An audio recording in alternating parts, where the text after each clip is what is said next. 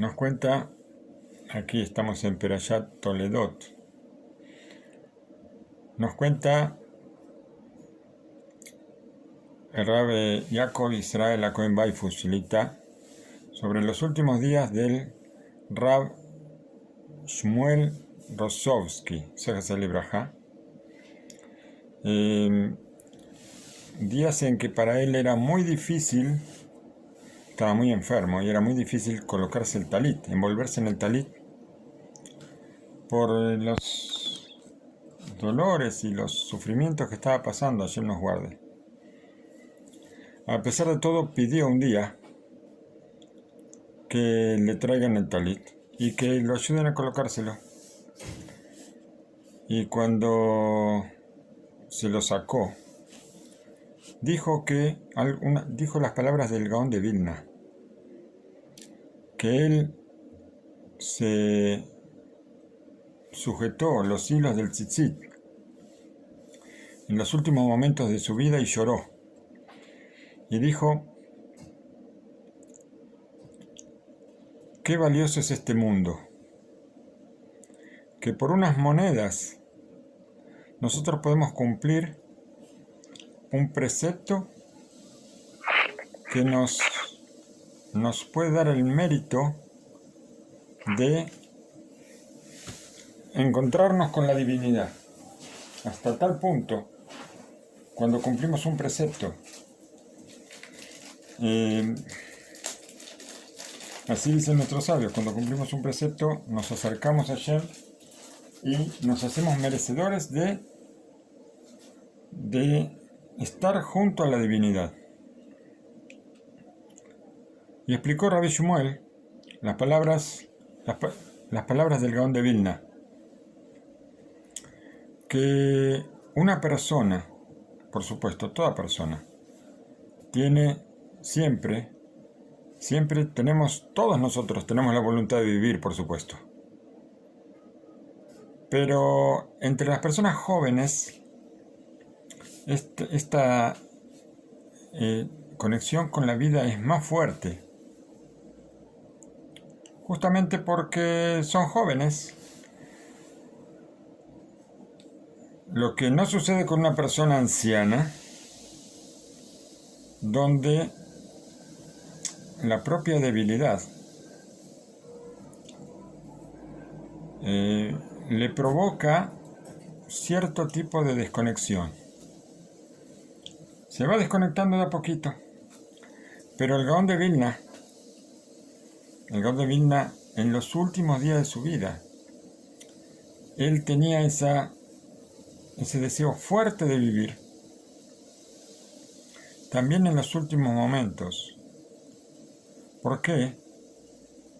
Porque su vida nunca fue una vida material, sino puramente espiritual. Y esto le daba el deseo de seguir viviendo. ¿Por qué? Porque todo el tiempo estaba conectado con la espiritualidad. Este deseo de vivir, sobre el que habla Rabbi Shmuel, es algo que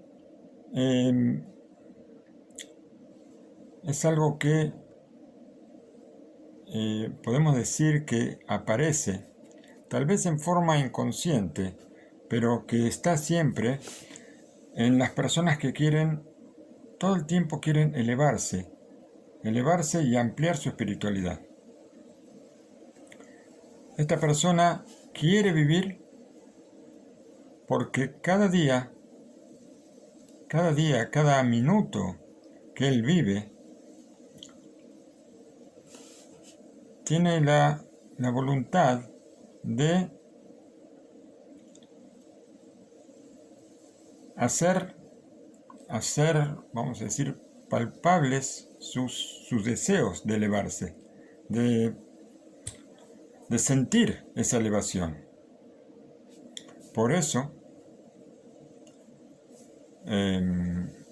esta persona se llama, la persona que busca elevarse todo el tiempo, se llama Ben Aliyah, como hijo de la elevación. En cambio, lamentablemente nos encontramos con muchas personas, inclusive jóvenes, donde su deseo, su voluntad de elevarse en la Torá y en el temor a Hashem, están como a un costado. Y es posible decir que el deseo de vivir de ellos también está como, como congelado, como si fuera una vejez que llega antes de tiempo. ¿Qué significa esto? ¿Acaso es posible evitar esto que es como una enfermedad? Y si es posible, ¿cómo? Y paralelamente a eso, nosotros vamos a tratar de abrir ese deseo de vivir para que esté junto a nosotros a lo largo de toda la vida. Vamos a tratar de ver cómo encontrar esa fuerza y que esa fuerza permanezca entre nosotros todo el tiempo. Y esto es lo que vamos a tratar de responder a todas estas preguntas en lo que vamos a hablar ahora, que aparece en el libro Mesilat Haim Bejinuj del Gaón Rabbi Haim Friedlander, Sejes Libraja, que fue Rosh Yeshiva de Ponevich, tiempo atrás, escritor de libros muy conocidos, el Siftei Haim. Son libros impresionantes por su mensaje y por su profundidad. En nuestra perashá nosotros tenemos dos personajes, Jacob y Esav, que eran hermanos gemelos, que crecieron y fueron educados en la misma casa. No hay ninguna duda de que Isaac y Rivka, los padres, invirtieron mucho en la educación de ellos y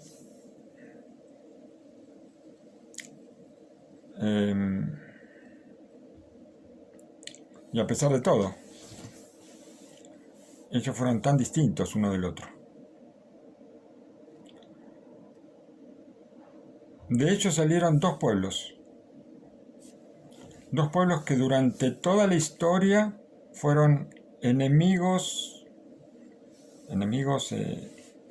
tremendos enemigos, uno con el otro, y lucharon uno frente al otro todo el tiempo. Y esa diferencia ya apareció antes de nacer, como dicen los versículos.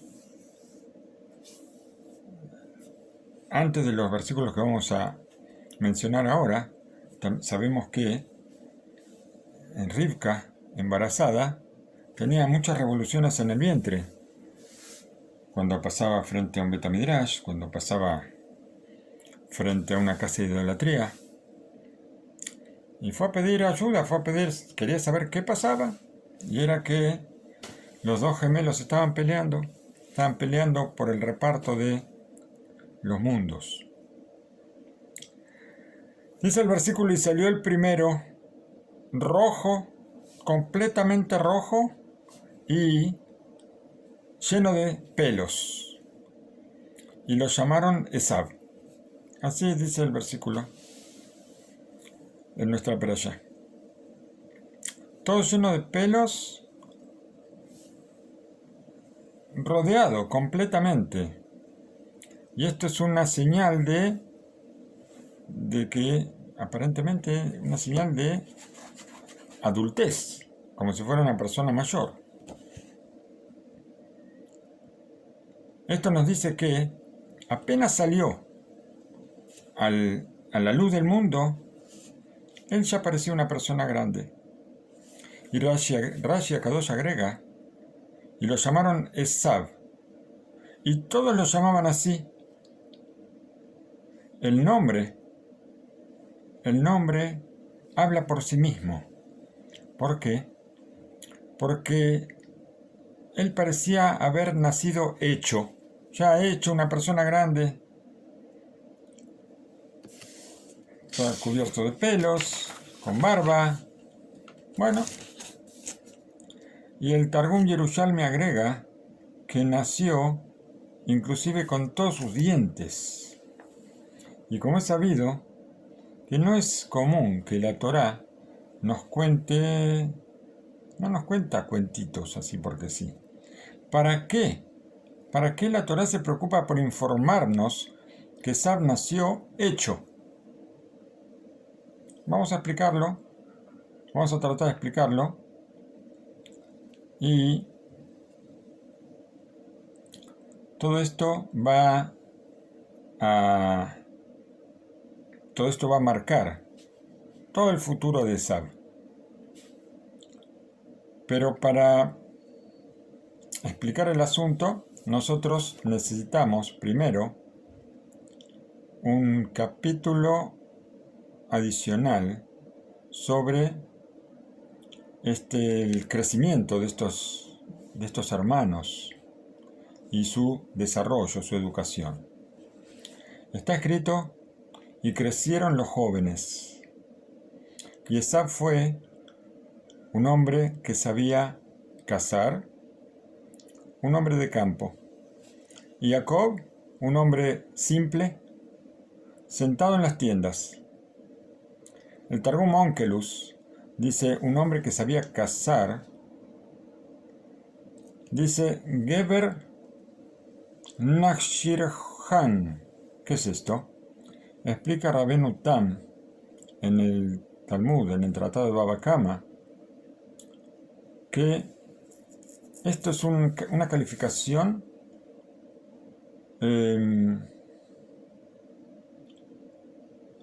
que es como si fuera la unión de dos palabras, de la palabra Noach y de la palabra Sharja o Shareja. ¿Qué quiere decir? Que era un hombre que le gustaba el descanso, la menujá, Noach, menujá, y también amaba el no hacer nada.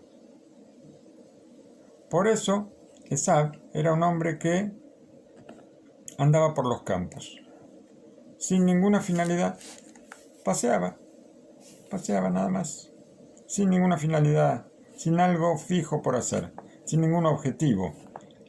Sobre Jacob está dicho Ishtam, Yosef o Alim, y dice el Targum Geber Shelim, una persona íntegra, completa, que estaba sentado en las tiendas. Y estos Midrashim nos cuentan sobre el lugar donde estaba sentado, que eran las tiendas de Shem y Eber. Él no se conformaba con lo que había estudiado junto al padre Isaac, sino que buscaba más y más. Él buscaba la integridad con Shem y Eber. ¿Por qué? Porque Shem fue uno de los sobrevivientes del Mabul, del diluvio. Por lo tanto, era posible escuchar de Shem lo que él recibió de Noach, lo que él aprendió de Noach. Noach mismo recibió la enseñanza de ¿quién? De Metushelach. Metushelach fue el hombre más longevo, el que vivió más tiempo y que falleció una semana antes del diluvio. ¿Por qué? Porque era tan justo que Hashem no quiso que muera en el diluvio. No vaya a pensar alguien que era malvado como todos los que murieron en el diluvio, ¿no? Por eso murió antes. Y Metushelach tuvo el mérito de estudiar con Adam Arishon, que era la creación de las manos de Akadosh Baruj Hu, metafóricamente, por supuesto.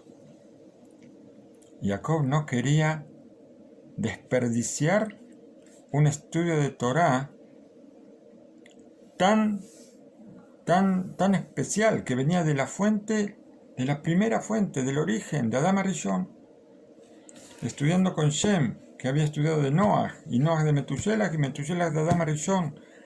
Tenía todo el mundo, toda la historia del mundo para estudiar de Shem, además de toda la Torá que le enseñó Yitzhak Avinu.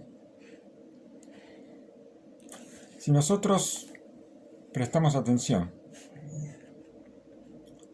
vamos a ver la oposición, cómo son dos polos opuestos, Jacob y Esav. La Torá no se conforma con describir que Jacob era Sadik, era un hombre justo, y que Esav era un hombre malvado. ¿Por qué? Pues la Torá habla siempre sobre la esencia, sobre la raíz de las cosas. Por eso también aquí nos viene a enseñar cuáles eran las características de Jacob y de Esav y cómo llegaron hasta donde llegaron. Por este motivo, la Torá nos cuenta o nos señala que Esav no estudió, sino que él amaba el descanso y la nulidad. Frente a esto, Jacob, él no desperdiciaba ninguna oportunidad para estudiar y para aumentar su sabiduría. Así llegamos a la raíz de la diferencia en su crecimiento. La nulidad de Esav y la constancia de Jacob. Este es el origen de todo. ¿Cuándo comienza esta inclinación? Sobre esto está dicho: y crecieron los jóvenes. Y nos dice Rashi: todo tiempo que ellos eran pequeños, no se notaban sus acciones. Todavía no se podía distinguir la diferencia tan grande que había entre ellos. ¿Por qué? Porque ninguna persona entra en detalle sobre lo que hacen los niños, en la naturaleza de ellos. Los chicos, los hermanitos, se sentaban juntos a estudiar porque no tenían otra alternativa. Los padres los enviaban a los dos a estudiar, los dos estudiaban juntos con Yitzhak Avinu, o en algunas circunstancias también con su abuelo Abraham. Cuando llegan a los 13 años, Jacob va hacia el Bet HaMidrash, hacia la casa de estudio. O sea, se preocupa por seguir estudiando. Y Esav se va hacia la idolatría. Esta realidad de que Esav no estudia y Jacob sí estudia,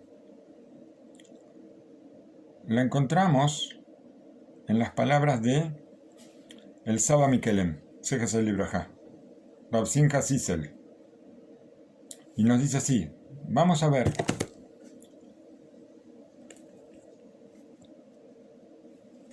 ¿Cuál es la diferencia entre una persona y un animal?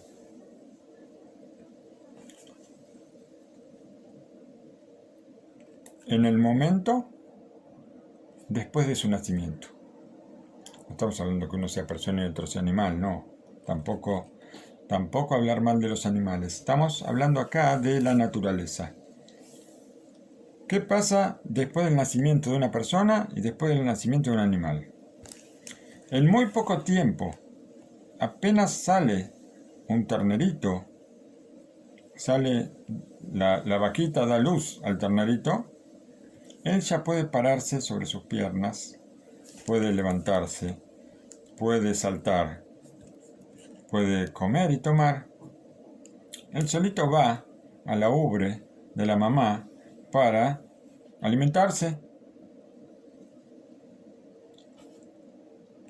Y así con la mayoría de los animales, si no con todos. Y no existe una creación en el mundo que sea tan faltante de todo después de nacer como un bebé de un día o de unas horas. Un bebé, es muy dulce un bebé, ¿no es cierto? Pero un bebé no puede ni siquiera darse vuelta. Y con seguridad que tampoco tiene la fuerza para hacer ninguna otra cosa para preocuparse por sí mismo. ¿Cuánto tienen que invertir? ¿Cuánto tienen que invertir? ¿Cuánta fuerza tienen que invertir los padres en un bebé? Hasta que él pueda darse vuelta, hasta que pueda empezar a arrastrarse, a gatear, hasta que pueda sentarse. Y así, cada paso de su crecimiento. Cada etapa de su crecimiento demanda mucho esfuerzo, mucha dedicación de los padres. Tal vez si nosotros supiéramos esto, sabríamos de qué manera tenemos que honrar a nuestros padres también. En el Jobat HaLevavot aparece que Hashem Yitbaraj, con su favor tan grande, hizo que los bebés sean tan dulces, sean tan tiernos, para que sus padres lo vean y entonces se ocupen de ellos y se sacrifiquen por ellos en todo. Si no fuera así, ¿por qué los padres irían a invertir tanto sacrificio en sus hijos? Y esto nos pide una explicación. ¿Por qué Hashem hizo así? Si la persona es los hombres, las mujeres, todos los seres humanos somos la cima de la creación. Somos la creación hecha con las manos de Hashem. Y para nosotros fue creado el mundo.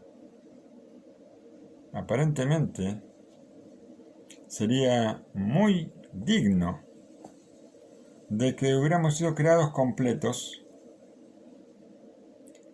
mucho más que los animales. Vemos que los animales nacen y enseguida ya crecieron, ya saben hacer todos los animales. Salvo algunos pájaros hasta que aprenden a volar, ¿no es cierto? Pero también en poco tiempo aprenden. En cambio, los bebés, si no tienen a los padres al lado para que los atiendan, los hagan crecer, no podemos hacer nada. ¿Cuál es la respuesta? Es una pregunta fuerte. ¿Hasta dónde nosotros podemos entender cuáles son los caminos de Hashem? Este tema tiene que ver, o sea, este asunto que envuelve al crecimiento de las personas, la debilidad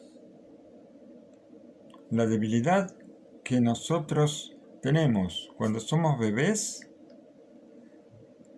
son los que van a mostrar después su grandeza. ¿Por qué?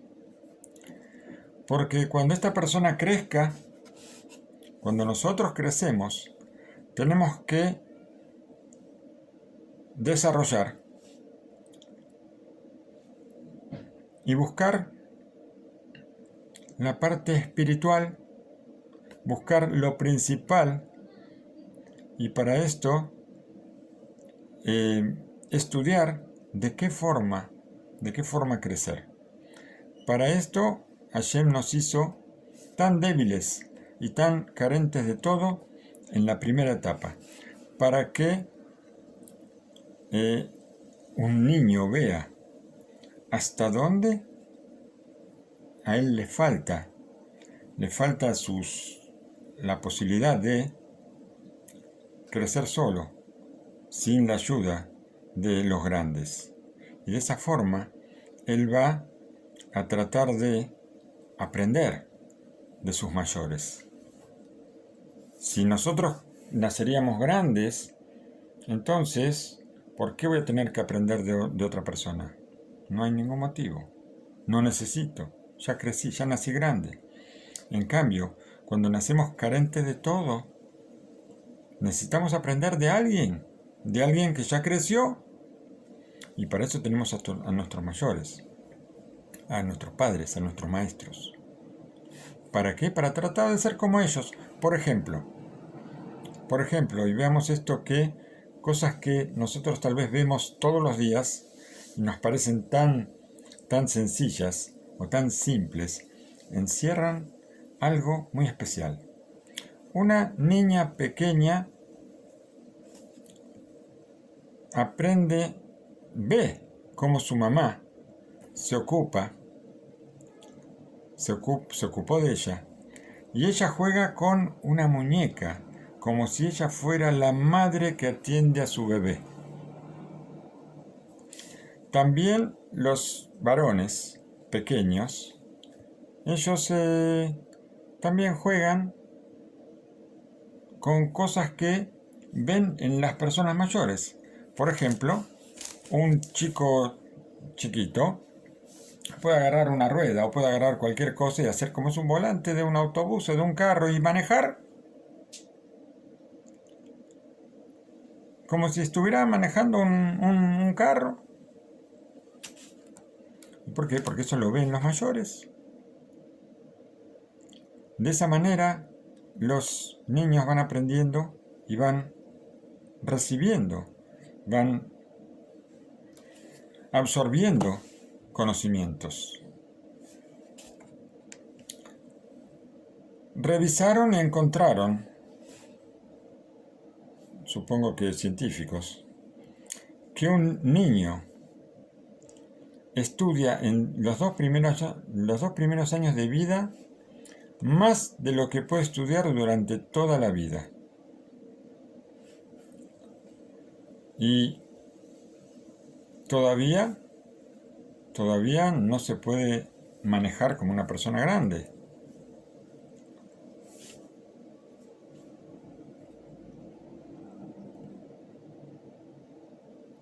Encontramos entonces que en la persona puede haber en la práctica dos nacimientos: el nacimiento natural y el nacimiento espiritual. El nacimiento espiritual es mucho más difícil, mucho más largo que el nacimiento natural.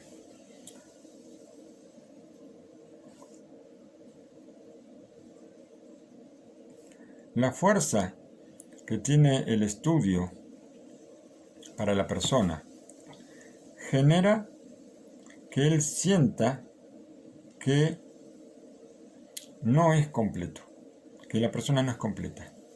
Y de acuerdo a esto, vamos a entender los versículos que se ocupan de Jacob y Esaú. La Torá nos cuenta que Esaú nació hecho como una persona grande. Ahora, nosotros entendemos que esta es la causa por la cual él no necesita estudiar. Ya nació hecho. Ahora, ¿qué tiene que estudiar? Si ya está, ya es grande. Tal vez, él estaba completo solamente en la cuestión corporal. Pero, así como la debilidad corporal viene a mostrarnos sobre la debilidad espiritual, también la integridad del cuerpo lleva a la persona a sentir y a pensar que él también es íntegro en la cuestión espiritual. Esto es lo que pensaba Esaú. Al verse grande, al verse formado, pensar que también mentalmente ya estaba formado. Esto y mucho más. Un niño, cuando él no se ha desarrollado en cuestión corporal, él sabe y siente que depende de otras personas, en especial de los padres, por supuesto. Y él no puede, por ejemplo, sustentarse a sí mismo. y él necesita del apoyo y de la ayuda, por supuesto, frente a diversos peligros, tanto sean peligros, miedos, tal vez temores imaginarios, o tal vez sean temores reales.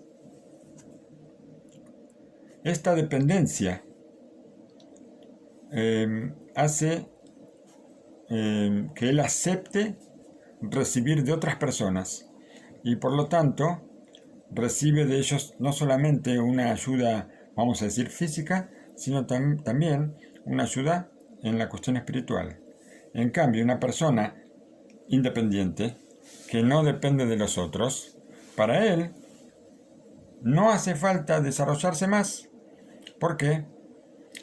Porque él siente que no necesita recibir de otras personas. Esta es la causa por la cual Esav se desconecta del estudio cuando llega a la edad de 13 años. O sea, hasta el momento los dos chicos se sentaban a estudiar juntos. Cuando tiene 13 años ya se siente independiente y libre de hacer lo que él quiera. ¿Y qué hace? Va al campo. Jacob es la señal de la persona estudiosa, la persona que necesita estudiar. Se sienta y estudia y busca todos los caminos para aumentar conocimientos y para aprender más. No solamente en su niñez hizo así, y Rashi nos dice al principio de Perashat Vayetze, la Perashá próxima, si no me equivoco, ¿sí? La próxima Perashá, Vayeshkav bamakom ha'u, y se acostó en ese lugar. Así dice la Perashá, y Rashi agrega, pero los 14 años que él estuvo en la casa de Eber, no se acostó en las noches, él se ocupó de la Torá todo el tiempo. Nosotros tenemos que recordar que Jacob tenía en esa época, en ese entonces, más de 60 años. Y cuando estuvo Jacob en la casa de Eber, y estuvo durante 14 años, él estaba en una situación muy, muy difícil. ¿Por qué? Porque se estaba escapando de Esab, que Esab lo quería matar. Los padres le dijeron que vaya a la casa de Labán, justamente a la casa de Labán. Y para ir a la casa de Labán necesitaba una preparación. Para estar 20 años en la casa de Labán como estuvo, él necesitó estar 14 años estudiando en la casa de Eber, en la yeshiva de Eber, sin dormir. Y él sabía que iba a tener muchas pruebas. Y para eso vio la necesidad importante por encima de todas las demás cosas. ¿Por qué? Porque ya más de 60 años, estaba en edad de casarse, por supuesto. Tenía que traer las tribus al mundo. Y sin embargo, no se conformó. No se apresuró, vamos a decir, para cumplir esta misión. Cuando él baja a Egipto, tenía 130 años y envía a Judá delante de él para levantar una yeshiva en la tierra de Goshen, antes de llegar a Egipto. ¿Para qué? Para que apenas llegaran a Egipto pudieran seguir con su orden de estudio. Vemos nosotros que en cada etapa de la vida, Jacob no se separó ni por un instante del estudio. Él vio la necesidad de seguir avanzando.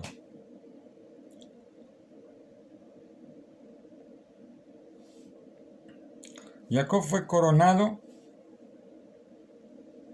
¿Por qué? Porque él buscaba la sabiduría. Y podemos decir que él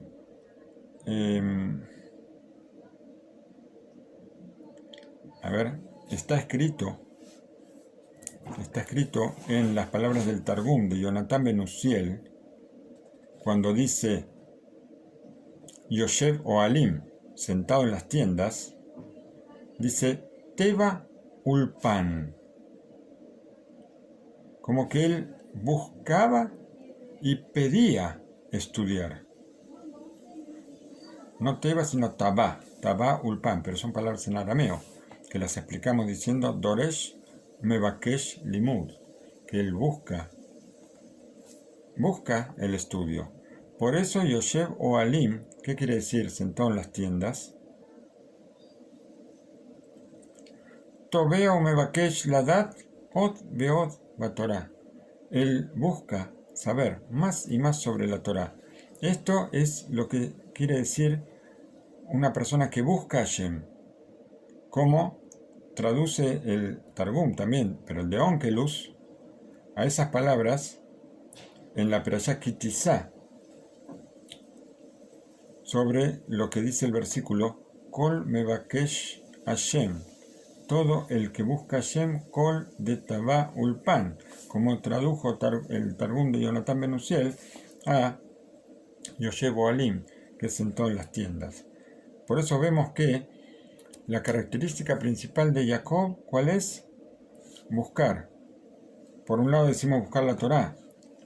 Podemos decir tranquilamente, buscar a Hashem. El Mashgiach de la Yeshivat Mir, no lo nombra aquí, pero supongo que está hablando de David Heskel Levinstein.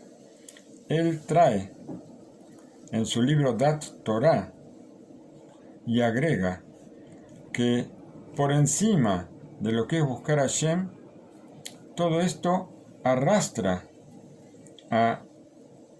lleva detrás cosas muy grandes. ¿Por qué? Porque el que tiene esta cualidad le espera un futuro muy grande. ¿Por qué? Porque todo su esfuerzo, toda su ambición es cumplir con la voluntad de Hashem. Y esto incluye crecer en Torah, incluye una integridad en las cualidades, romper con las cualidades que entorpecen el servicio a Hashem, y crecer y elevarnos más y más en Torah, en temor a Hashem, y por supuesto mejorar nuestras cualidades, que para eso vinimos al mundo.